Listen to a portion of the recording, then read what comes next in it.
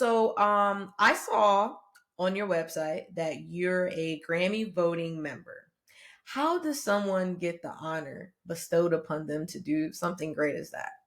Oh, thank you. Yeah, yeah, that is an honor. I've been now doing that I've been for I think a little over 10 years.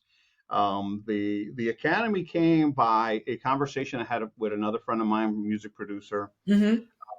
and he observed the work that I was doing, and he says, "Dude, you ever considered becoming a member of the Academy?" And in my mind, I'm like, "No." I'm like, happened. I was clueless. I didn't know about that. Didn't have no idea how that goes. And he says, if you have enough credits, the Academy will accept you as a voting member. There's two tiers. There's members and then there's voting members. Okay. And it drew my attention. I'm like, well, that would be an honor. I'll be great. So I submitted some of my work to the Academy. They had to go through this whole verification. My work had to be commercial credits. The process is a little bit different now than it was back then. But back then, you had to have a certain amount of commercial credits.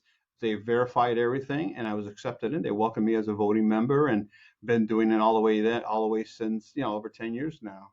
And I had the honor. They flew me. I was part of the most important process at the time. Was to get flown out to Beverly Hills and sat in with some of the biggest guys. I had breakfast with Rodney Jerkins and Oh some of my the gosh. brothers. Yeah, and just meeting, and we were all we were all the same hat. We were doing the same thing. We were all voting and we were all assigned to different committees. Mhm. And so I was actually in the gospel contemporary Christian music committee, Uh-huh. and had their different areas. So that's how I got in and been a member since then. Wow. And it's a blessing.